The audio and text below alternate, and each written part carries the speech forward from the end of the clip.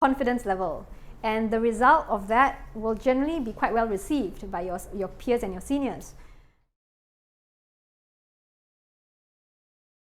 Yeah, thank you everyone for coming today. I'm sorry that you have to eat while listening to me talk. Today we will discuss why presenting is important. And I think it's important is because you need to show people how you think, what you know, and who you are when you present. So what you'll learn today is a little bit more about ideas of how to organize your talks or your presentations. We'll talk about the keys to developing confidence. And finally, I hope you'll be a bit more aware of body language after this talk. And we'll get a bit of practice as well after this. Okay, so the first thing is content and purpose. So a recap of what we went through last Thursday. I think some of you were not here. The key really to any talk or to give any effective presentation is to be very aware of what you are trying to put across to the audience. Okay, your key learning points are really the most important in your presentation. It doesn't matter how you're going to deliver it, whether in person or virtually. So I'll tell you a story, which I didn't get to tell last Thursday because there was no time. This was from the time that I was at the British Council for the public speaking talk. And we were supposed to each start the course with a presentation or a speech, and we ended the course with a speech as well to see how we had progressed. So as I was telling Augustine just now, so the people came from all walks of life. We had people from SPF, we had a managing director from a motor company, and then we had people who came from the bank. So there was this guy who was in his early 30s. He worked in a bank, and he was a little bit of an abeng kind of like style, you know, and he would have the big flashy watch, flowery shirt. And he gave a speech about his relationship with his father. So that already surprised me because I was like, this is, you know, he's kind of abeng, but here he's talking about something really quite personal about his father. And he started off by relating an incident when he was in secondary school. So he played basketball in secondary school, and that was his ECA. And he was doing quite well until one point. I think he fell out with a coach, and so he was going to be taken off the school team. So so he told his dad that, hey, you know, I want to quit. I think this is not for me. And the dad said to him, well, I didn't raise you to be a quitter, you know. So he persisted at it, and then he went back to the team, and then the rest is history. So he grew up, and at one point his father was diagnosed with lung cancer. And I think it was quite advanced because the father needed chemotherapy, and the father said that he was not so keen to continue with treatment. And that's when he turned around and said to his dad, hey Dad, you know, I thought you didn't raise us to be quitters, how about you? So I think that really encapsulates how the way that you tell a story, the way you structure your presentation is so important, because the way that he delivered this story gave it the impact that it deserved. It's not about being false, it's not about putting up a show, but really putting across the message so people can remember. And I still remember it to this day. Right, so the other thing which I learned from this course was that everyone has something to contribute. You might feel that your MOs and that, what do I have to teach? You know, my seniors, they know more than me, but I will tell you that frequently when you're the one doing the research on a certain topic, you probably know more than someone who is not in that same subspec, for example. So you always have something to contribute, even if it's just your own experience, your own life story. Okay? So about organization, unfortunately, organization and being able to structure your talk requires you still to know your content and to know your purpose, your take-home points. Try to be able to have big headings and then put all the information that you have gathered under those big headings so that it makes more sense to you and so that you can deliver it in a way that makes sense to everyone as well. Of course, when you're preparing your presentations and you're coming up with these take-home messages, you would want to check with your senior whether you're on the right track, which means that you have to start quite early. I know that sometimes we don't give you a lot of lead time, and that's something that I promise you we're aware of. We know that we don't always give you enough lead time, and we will endeavor to give you guys enough time to prepare in future, and I will remind my colleagues about that. Other ways to help people remember will be the use of mnemonics. So you know what a mnemonic is, right? So like for example, you could have a talk about cancer, and then you use CANCR as ways to make your headings. Another way is like, let's say 4 R's, and I use that for my rhinoplasty talk. We talked about, for 1 R, reduce, resection, reconstruction, reusing the cartilage material. So that's one way for people to understand the concept and remember what you have said to them. Logical sequencing, signposting, which means that, okay, have, again, big headings. Next, I'm going to talk about this. So people know, okay, what's coming next. Use of stories, use of case studies, I think that's very important as well. Personally, I think that's the best way I learn, like going through one case study really in detail, and then you can remember in your head, okay, the reason we did this for the patient is because of that reason. So if that's a way that can help yourself and also help your colleagues. So the next topic, so rather the next part of my talk, competence drives confidence. Okay, you cannot have confidence without competence. Okay, there is a situation where you can. So let's talk about the 3 scenarios, right? Okay. so ideally, the competence level pretty much matches the confidence level, and the result of that will generally be quite well received by your peers and your seniors. If you're very competent, you have not a lot of knowledge, but you're not very confident, usually the outcome isn't that great. And which is why sometimes we get surprised when people don't pass exams, because they have the knowledge, but they're not able to confidently put it across. And the last scenario, okay, is the one where there's not much competence, not much knowledge, but very confident. Okay, in general society, you'll be a charlatan or a con man. Okay, but in medicine, we don't look upon that very well because it's downright dangerous and you might actually cause someone to die. So especially in our department, we don't really like that sort of behavior. If you don't know something, just say honestly, I don't know, but I'll go and find out. And I think that we will be happier with that than you pretending, oh, you know, the patient, this test was done and it was fine. But it turns out that, you know, the test result was probably something that needed to be acted upon. So in this department, just be honest and say you'll find out, okay? We're not training you to be politicians, you know, to be very smooth. I mean, if you want to be a politician, that's fine, but that's not the point.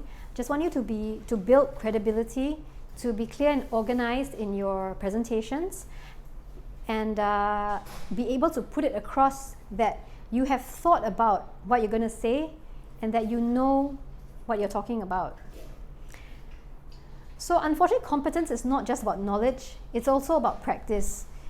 So the reason I've set all this up is also because I'm practicing.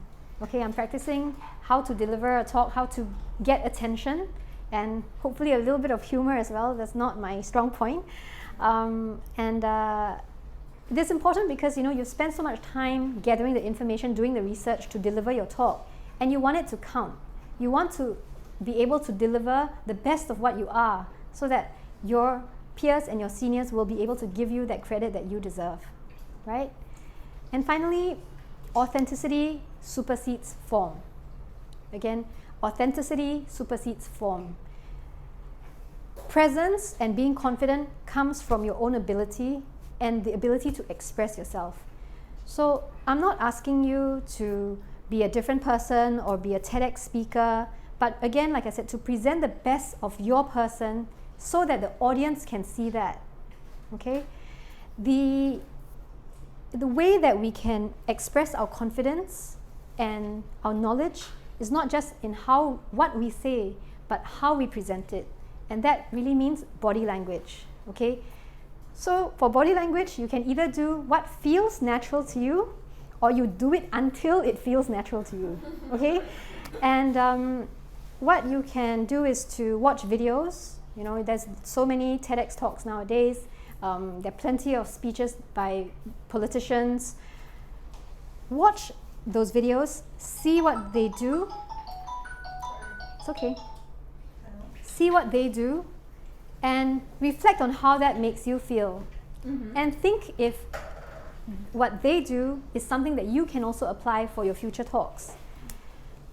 Body language, there are actually 5 components, the easiest ones, which I think you can even do today, will be eye contact, okay, your posture, okay, what else would you be able to say? There are 5, I've already said 2. What's the third one? Hand gestures. Okay, hand gestures, good. What else? Smile. Okay, facial expression. And one last one? Johnny? No. So it's about your position and movement in space. I think that's the most difficult for me personally, because we're used to being in front of the computer or being in front of the screen and having something to point to, or with a laser pointer. But if you're presenting without anything at all, the only way that you can try to create interest is in, other than your gestures, is in movement. Okay, this is a fairly small space, so it's fine. I can reach all of you like this. But if it were a bigger stage, I would have to walk left and right to try to get the attention of various parts of the audience. So okay, now we're gonna just talk about some do's and don'ts. Okay, so we've talked about eye contact. So we have to make eye contact with various parts of the room at any time. What else? What about posture? What do y'all think? I mean, like don't slouch. Yeah. Open, Yes, inviting. open. Yes, good. Anything else about posture? Don't turn your back against Yes. the audience. Yes, not unless there's a reason for you to do that. Good. Yeah. Okay. Let's see. How about gestures? What would you all say about gestures? I feel like it's more inviting when you're like, you can tell someone's trying to explain something when they sort of do this. Okay. Yes. Yeah. Not like fix up too much. Yeah. Yes. It's not Yeah. really Yes. interesting. No, absolutely. It's very Absolutely. Yes. So it should be fluid and deliberate. Okay. Usually bigger gestures are better than the like that. Your wrist. So what I was taught is to really relax your arms and have it further out by your side rather than just doing this, which is not very elegant. So about the facial expressions, smiling, I think it's more inviting. And there's this concept of power posing. I don't know if any of you have heard of that. It's actually the second most watched TED Talk on YouTube. It's by Amy Cuddy. So she actually did a study with some of her colleagues, and they found in their study that if someone were to do power poses, so it would be like doing big poses like this, or like this, or like on a table.